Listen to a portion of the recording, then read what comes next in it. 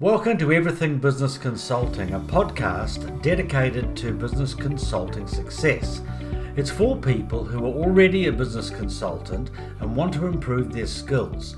Maybe they're an accountant and want to offer consulting services to their clients.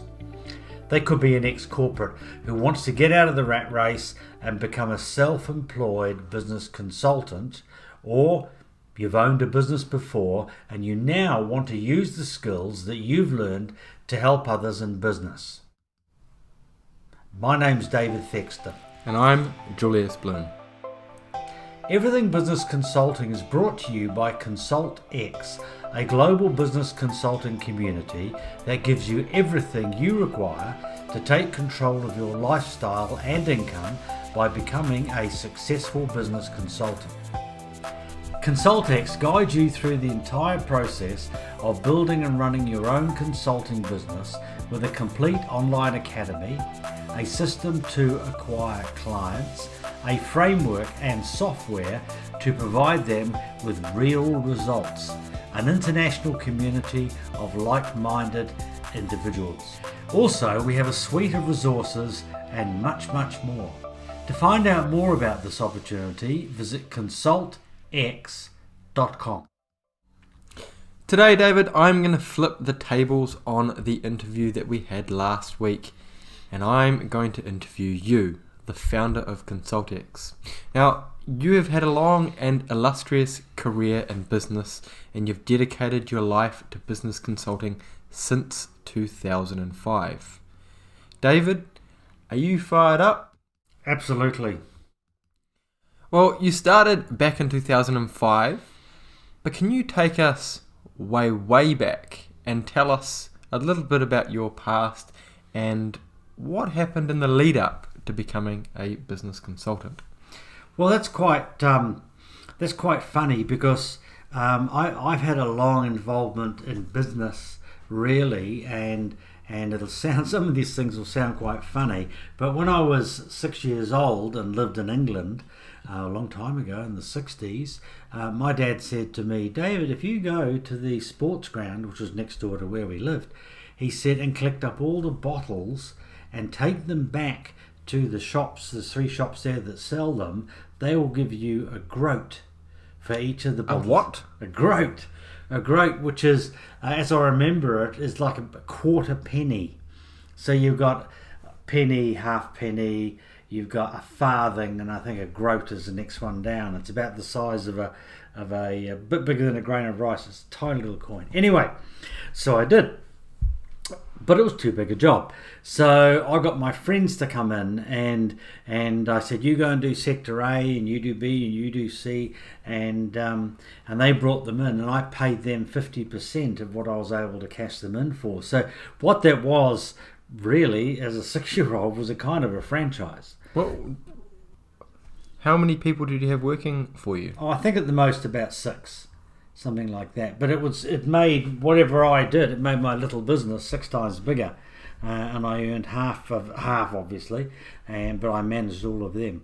But I know it sounds crazy, but I did that, and then I moved on to other things. By then we moved to New Zealand, and I saw an ad in a comic for a company called Star Seeds, and they were in America. And I sent away for that, and I had to send them $3 American dollars. So my father organised that for me, and they send me boxes of seeds, and I go door to door and sell them, and I'd make 50% on it.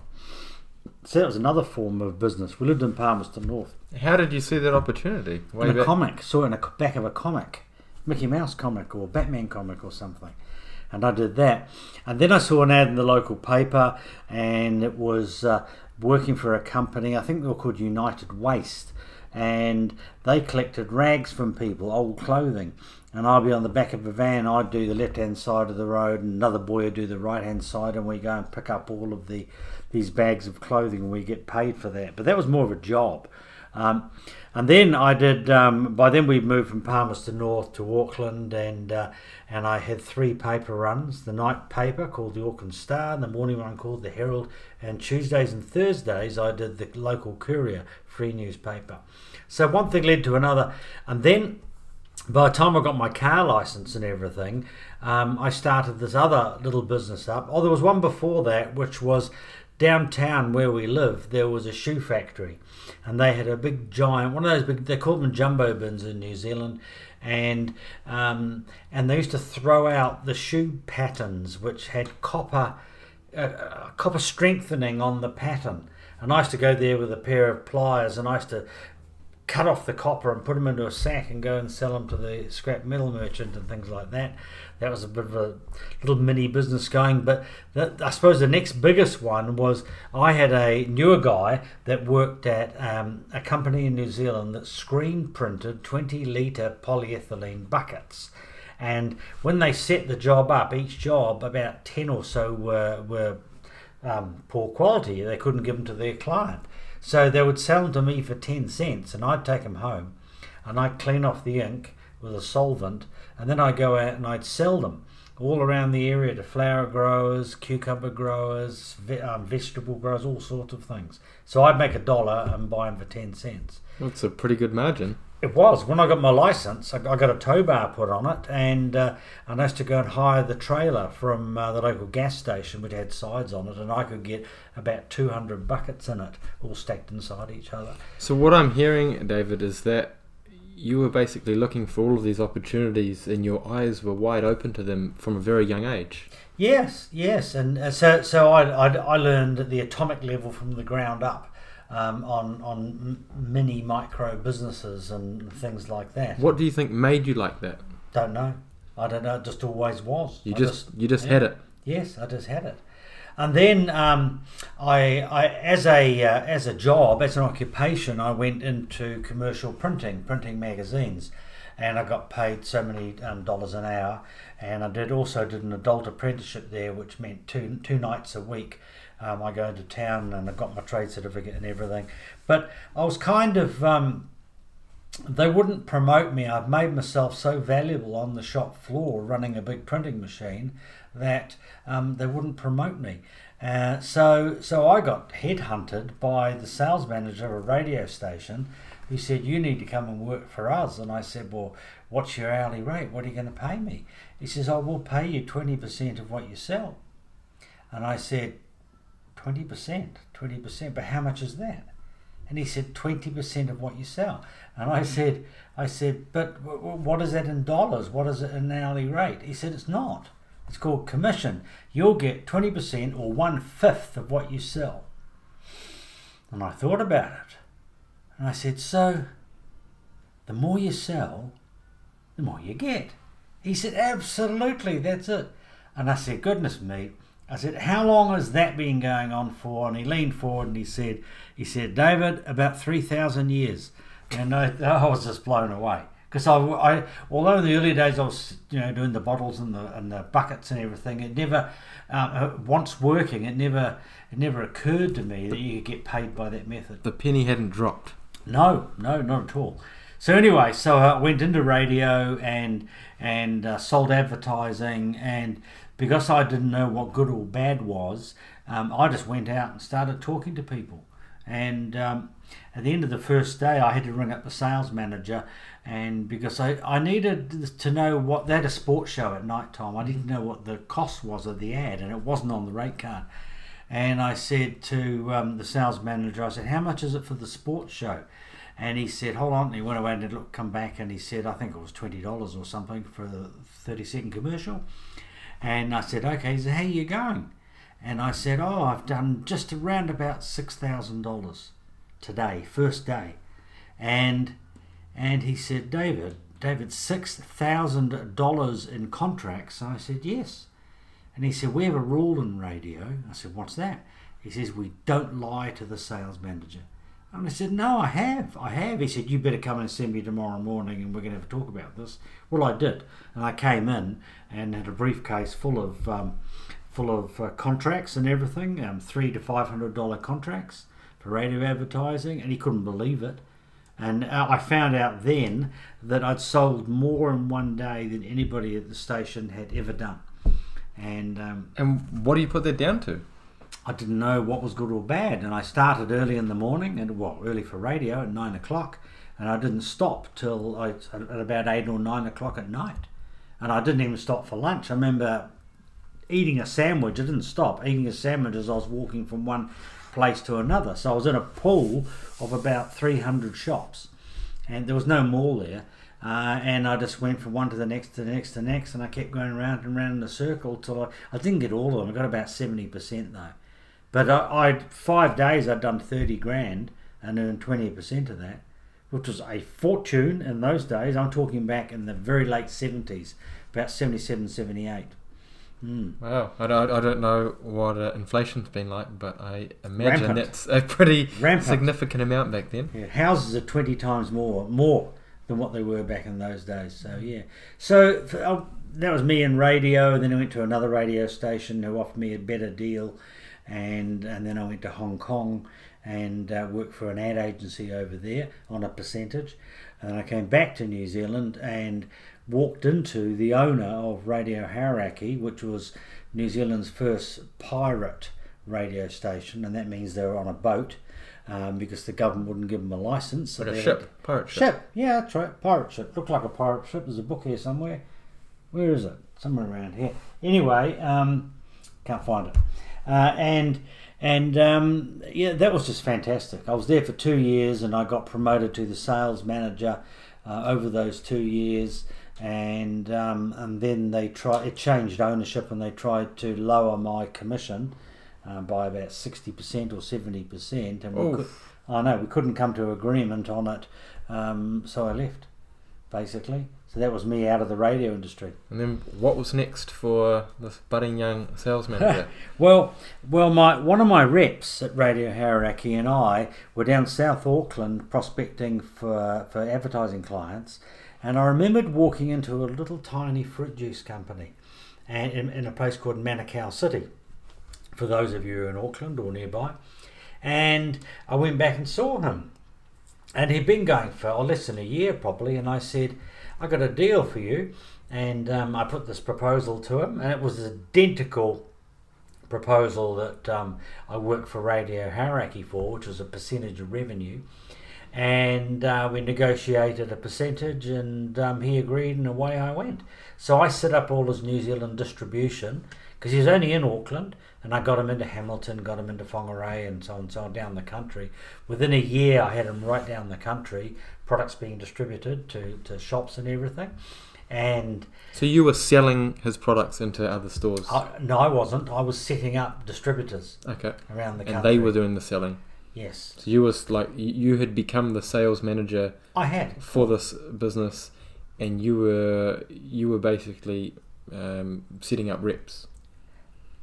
They were distributors, which are self-employed salesmen. Okay. Yes, but they're kind of reps. Yep. But they got their own truck and they do their own deliveries and everything. And I got a percentage of it, so yep. I built it bigger and bigger and bigger. And after about 18 months. He gave me a call at home at about 9 o'clock, and he said, you better come in the morning and clear out your office because we've gone broke. And I said, what? I was pretty naive. I said, well, why? He said, well, we've lost so much money. And I said, but our sales have been going up at about 45 degrees. And he said, well, it appears that we weren't charging enough for the product. So so that's what happened there. So I saw an opportunity and went and saw him, and I said, you can't close this down. We've done so much work here. I said, what if I buy half of it and you do the packing and I do the sales and the distribution through the system we've already got, and we go on like that. So he said, yeah. So we signed another agreement, so I paid him some money, and away we went. And after a year, he came back to me and he said, I hate just being a packer, running a juice factory. What did he want to do? He actually wanted to produce corporate videos, and that's what he told me. That's a bit of a difference from producing fruit juice. It is, but he certainly didn't want to do fruit juice, so I bought him out, and I had the whole lot. I had all the production, I had the sales, the distribution, I had the license for the brand, and away we went. And that was by now we're up to about 1982, 83.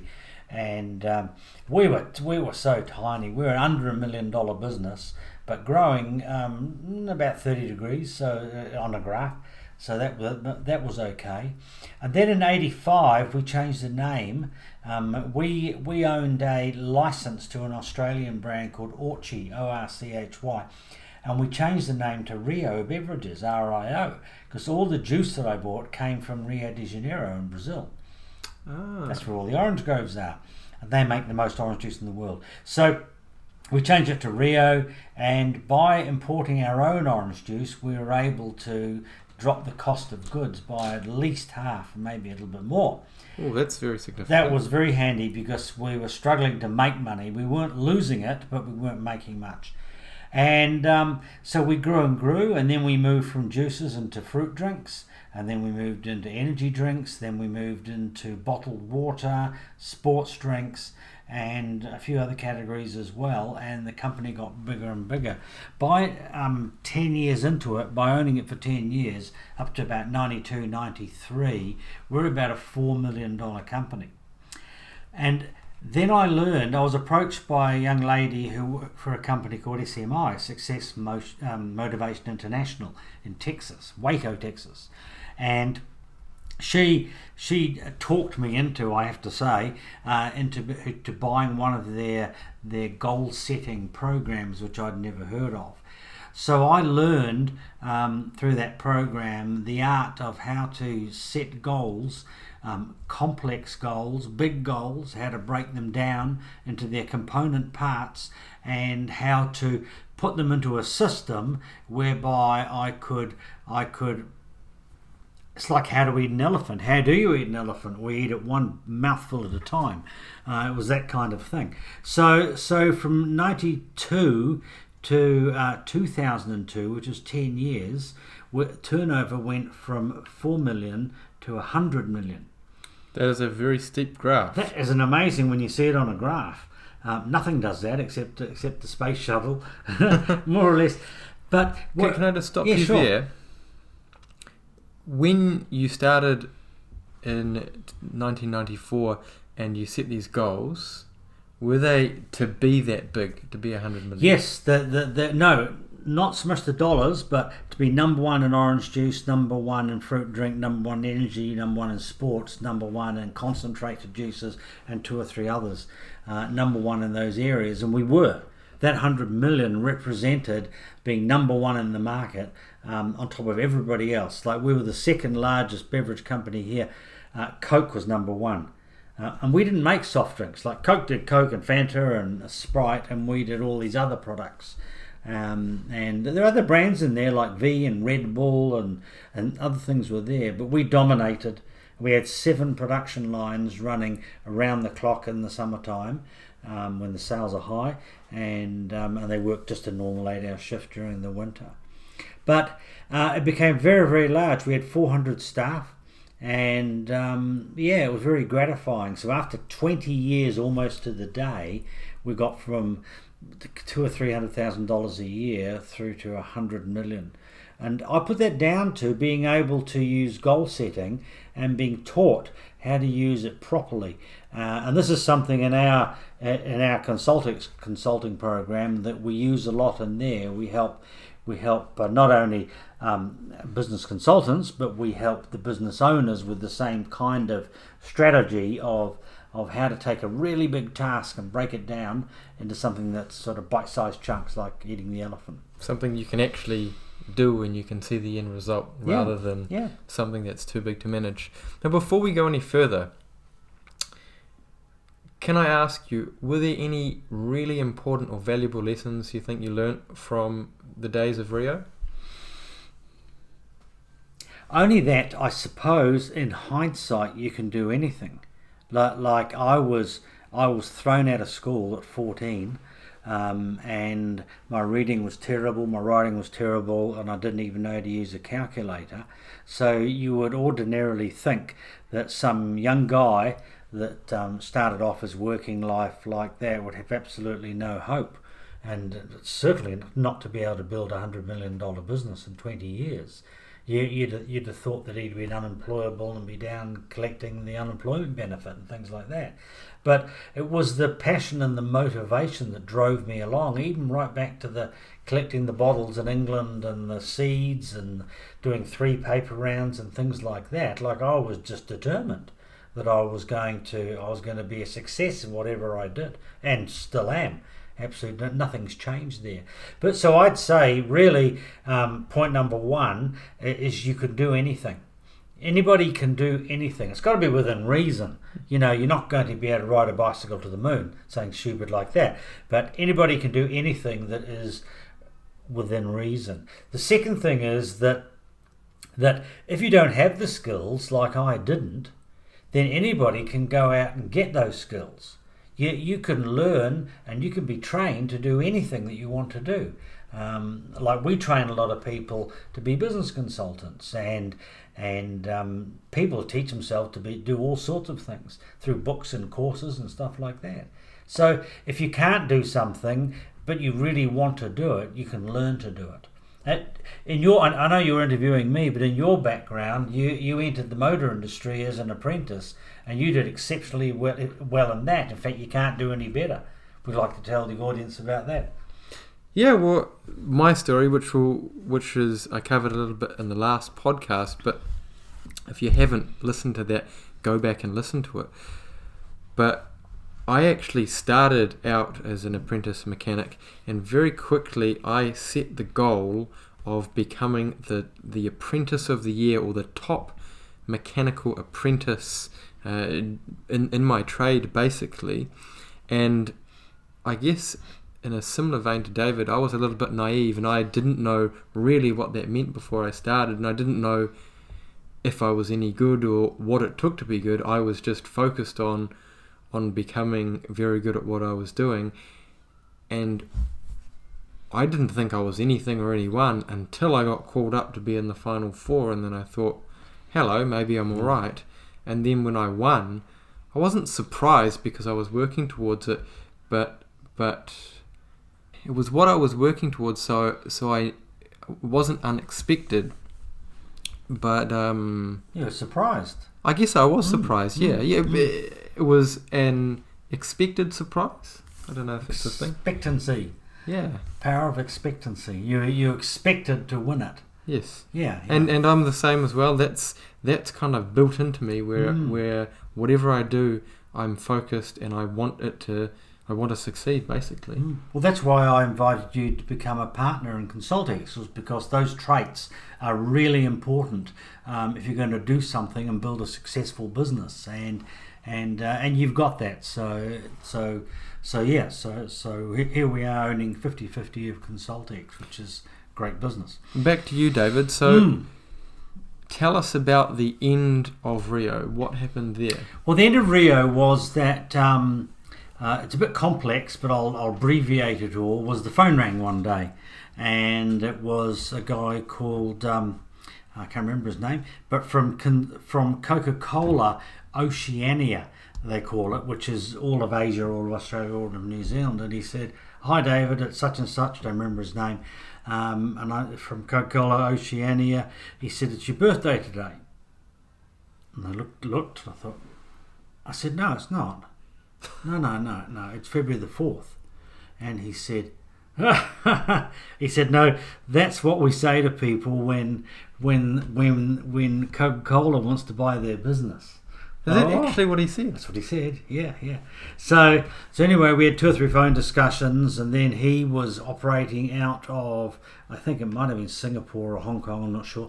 But he came down to New Zealand, and we had lunch together, and a cup of coffee and lunch and stuff like that, and we talked about it, and I was very concerned that this was serious, because I was always very wary and untrusting of them, because I thought that they might pull some trick like this to basically destroy our company, and pick up market share for nothing, kind of thing. So anyway, it wasn't, and then within a month or so, they had 13 people down here from Atlanta down to New Zealand, and then I thought, heck, I better get somebody in to help me. So I got a merchant banking guy who was very used to doing big deals like this. And his name was Carl, And Carl, it was Carl and me and these 13, 14 people from CocaCola, and they went through our company like they put us through a sieve. No stone was unturned, and it took them, I think, roughly something like about 10 months for them to go through due diligence. That's a long time. That is just too long, and if I ever did anything like this again, I would not let that happen. But anyway, so 10 months went through, and the deal was done, and in November 2002, everything was signed, and they paid us the money, and Coca-Cola owned Rio Beverages and all the brands. So what next for a beverage tycoon that has nothing to do? Well, they hired my CEO and my sales manager, and they wanted them to stay on for 6 months, and they'd pay them really good money. But not you. Not me. I had to go, and so the sales manager and the CEO stayed on, and they were housed in a little office, separate offices in the Coca-Cola headquarters in Auckland, and they just sat there for 6 months. What for? To be there to answer questions, but there was no questions. And Nigel, who was the CEO, I think he told me he read 30 books while he was there. And Will, who was a sales manager, he went out and he started about 4 little companies, and he bought some hairdressers, and he bought a block of flats, and did a few things like that. So he was in and out, but he made sure he was there every day for a couple of hours. But they just mainly sat there, and nobody asked them anything, which is incredible. Then after 6 months, they both left. Well, so they were there kind of as just a contingency in case Coke needed them. Yes. Anyway, they didn't, so that was how it all ended. And they bought 18 brands off me, but they already had 15 brands or 14 brands or something, and 18, they couldn't absorb that. So they went through a process over about 18 months of eliminating the smaller brands or the brands that competed with products that they had. So they ended up keeping 5. And they deleted all the rest. All the rest were deleted and sold out, yes. So all of your market share either dissolved or they kind of absorbed it into their products? Well, the top 5 brands probably made up 80% of our turnover. Okay. But because we went from our fridges into their fridges, and they had double or triple what fridges we had, then the 100 million remained and stayed there and carried on and got larger and larger because they had way better distribution than we did. Because they've been around for 100 years. Yep. Okay, and then after Coke, what did you do? I moved to Australia with my family, and I became a professional racing driver in the V8 Supercar series. And that's all around Australia. There's 13 rounds, about every 3 weeks roughly. And I bought a complete racing car, all of the spares, a big transporter truck, and which had nine mechanics came with it. And I did professional motor racing for approximately between 2 and 3 years. How did you get into that? I've always wanted to do it. I used to be a rally driver in New Zealand, and I'd always watched supercar racing in Australia, and I thought, well, I'm going to do that one day. And I did, because I'd got a lot of money from Coca-Cola, and was able to buy a team and go racing. And so is that another area of your life where you kind of had this goal that you wanted to do it? It was a goal, and it was probably the most difficult goals. I'd done other things prior to that were big, but this was pretty big because I'd never raced on a racetrack before. I'd driven on backcountry gravel roads, and I had to learn a whole new sport, and it took a while, but I had some very good engineers on the team, and the team manager Bruce was very good, and he taught me everything that he knew. So yeah, we went out and did that, and that lasted about 3 years, up to 2005. And were you doing anything else at the same time? My wife was, we started on the side an online health business, and then we bought out 2, this is in Australia, we bought out number 1, number 2 in the market, and we bolted it into Thexton Health. So we were the market leader for quite a number of years, selling vitamins and minerals and diet stuff and bodybuilding stuff and sports stuff, like about 9,000 products Wow. It was a lot. We had a huge 1,000 square metre warehouse, and we're sending it all over the world, but mainly in Australia. So that must have been before e-commerce and online stores were a really big thing. Very early days, yes. Yes, very early days. Okay.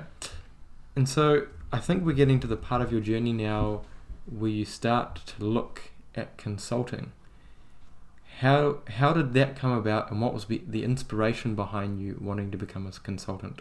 When we set up the health company, Thexton Health, we realised, my wife and I realised that it was a waste having two of us running it, and she was better at running it than I was, and that I would go and do something else. And I said to her, I'm going to be a business consultant.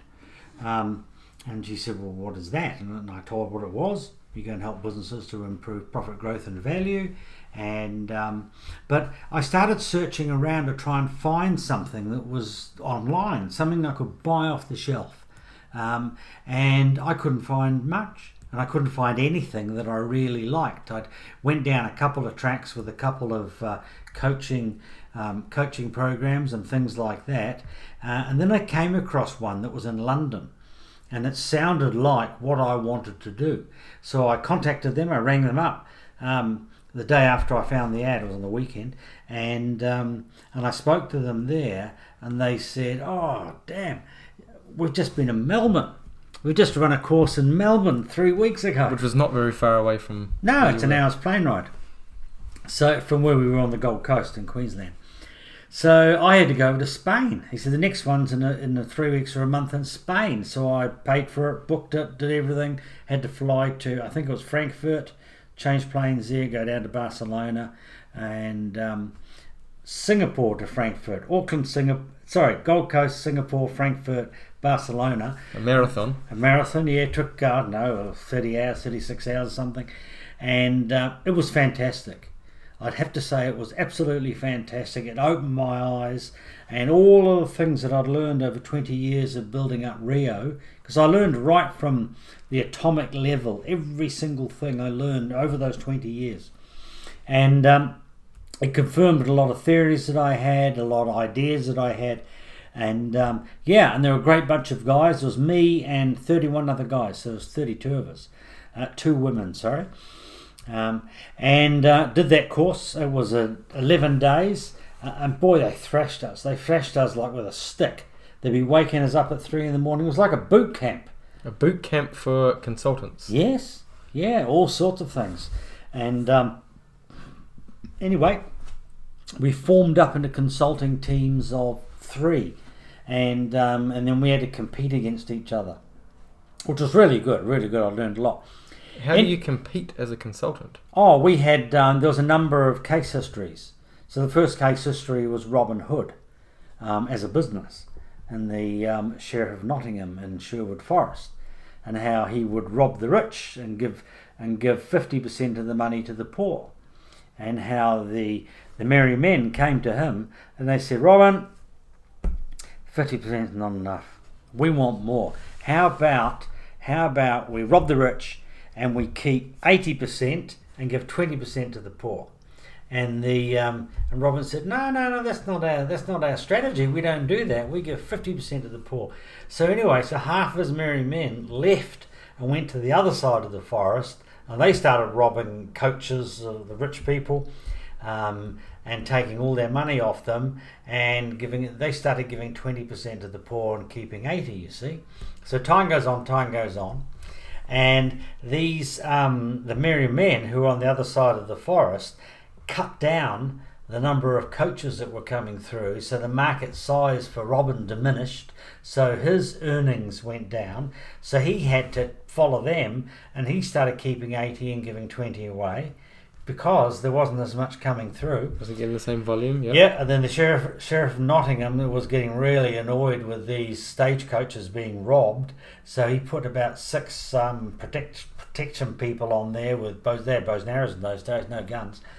Bows and arrows and everything, and it became more difficult to rob the coaches, and then on the other side, where the merry men were, the half of those merry men said, look, the takings are so low that I think we give nothing to the poor.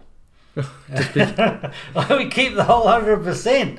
So little John, who was in charge of that group, said, no, but that's not our strategy. So half of them left and went to the other corner. So now there's 3 groups. Well, they all started having, because of competition, had to start following each other. So this group kept 100%. Then little John and his group kept 100% because the number of coaches coming through had slowed down, and some of them were so heavily armed. And then Robin had to follow. So that was the business problem that we had, and we had to, as a consulting group, we had to consult to Robin and give him a plan of what to do, using the software that they gave us. Do you remember what you did? Not really, no, I don't. I'd like to know that though. I think from memory, an idea that we had an Irish guy, just like one of those jokes. There was a New Zealand guy, an English guy, and an Irish guy. And the Irish guy said he reckoned that we got all 3 of them together and we pulled them back into a kind of a merger or a JV. Big corporate, yeah. Yeah, and then went back to 75-25 or 80-20 or something, and they did nothing for sort of 6 months until everything calmed down, and they come back and started again. That was one idea that I remember him coming up with. But we had lots of case histories. One was a London-based printing company, and another one was a company that manufactured bicycles in Portugal, and because we were in the UK. We were in Spain when we did this. Yeah. Okay, and so you learnt a whole lot over this 11 days. What did you do when you came back and started consulting? Well, I came back to Australia, obviously, and I started consulting, and I would go out and I would talk to people, and I'd ask them a series of questions. Really, it was the way I used to sell radio. I didn't go in and sell it straight away. I'd ask them about their business. So I started doing that. I joined a couple of business associations, a couple of networking associations, and I just spoke to people face to face. And I had a calling card, and I had a little brochure that I'd made up and everything, and letterhead, and I would go and talk to them, and I'd get myself invited round for a cup of coffee, and or I'd take them out for a cup of coffee, and I would just ask them a series of questions that I'd made up, and through the answer to those questions I knew what they wanted or what they needed for their business. So then I would go away, and this is very early days, we're talking about 2005-06 here, and I thought that I had to build them all a business plan. And that's what I was there for, because that was what I learned in London, what they were teaching over there, Spain, from the London company. It was basically hunt and kill consulting, where you go out, get a client, do the job, solve the problem, put it into a deliverable, give it to them, get them to sign it, give them an invoice, and they pay you. And you never see them again. So I did 9 of those, and I billed huge amount of money. And in late November, the end of 2005, I was in Brisbane, and I had a cancelled agreement because of sickness. And I thought, I'll call up the first guy who was ironically a beverage company, and I'd find out how he's going with the implementation. So I ring him up. He said, "Yeah, come over for a cup of coffee or a cold drink." So I go over there. I only say 4 words to him. "How's the implementation going?"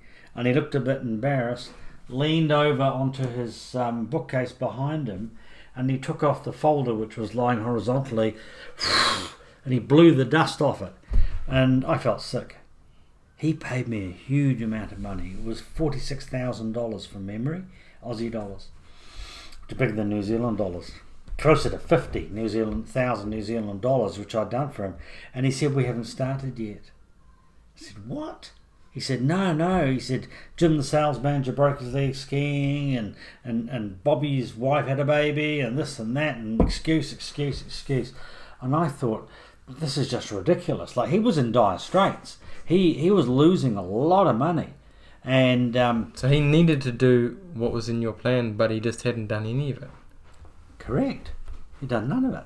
So I pedalled like hell, and I tried to get in as his implementation manager, and he wouldn't let me in. No, that's all right. We're starting in February.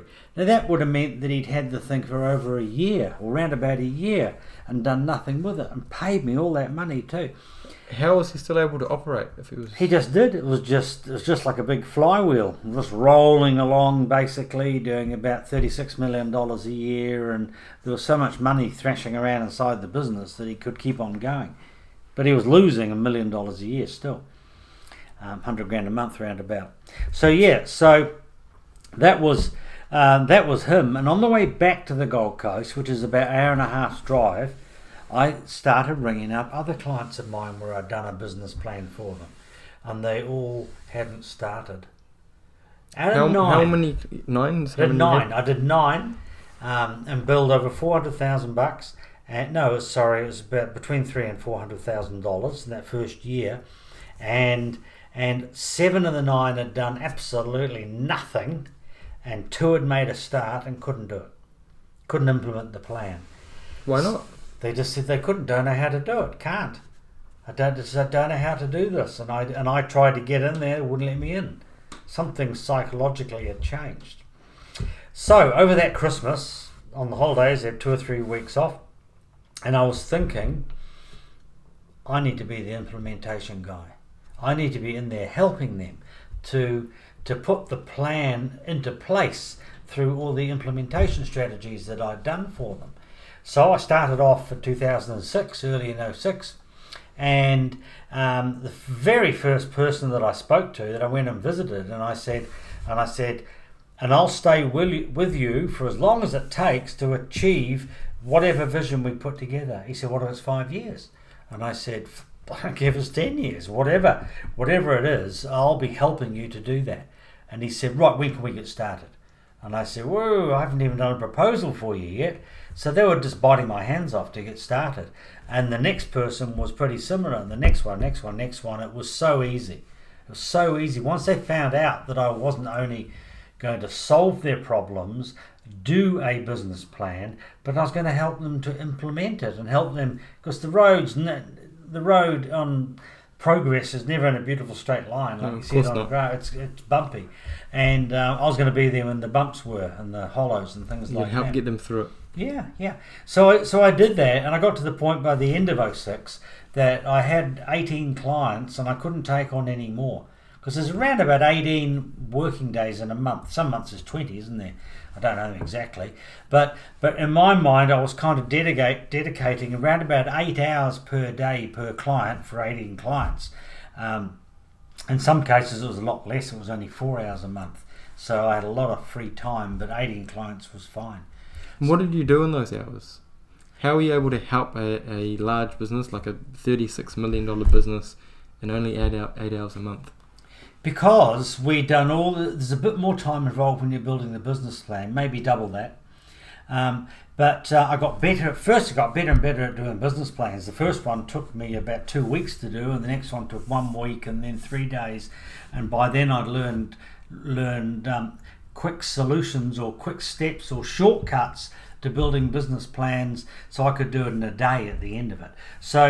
So what I spent with them, I was seeing them every week for about 8 weeks, 12 weeks if it's a big company, and I was mining all the information out of the owner and his management team, and I was collating it all together, and basically like a Rubik's Cube, pulling the business to pieces, more like a jigsaw puzzle, and then putting it back together in the right way.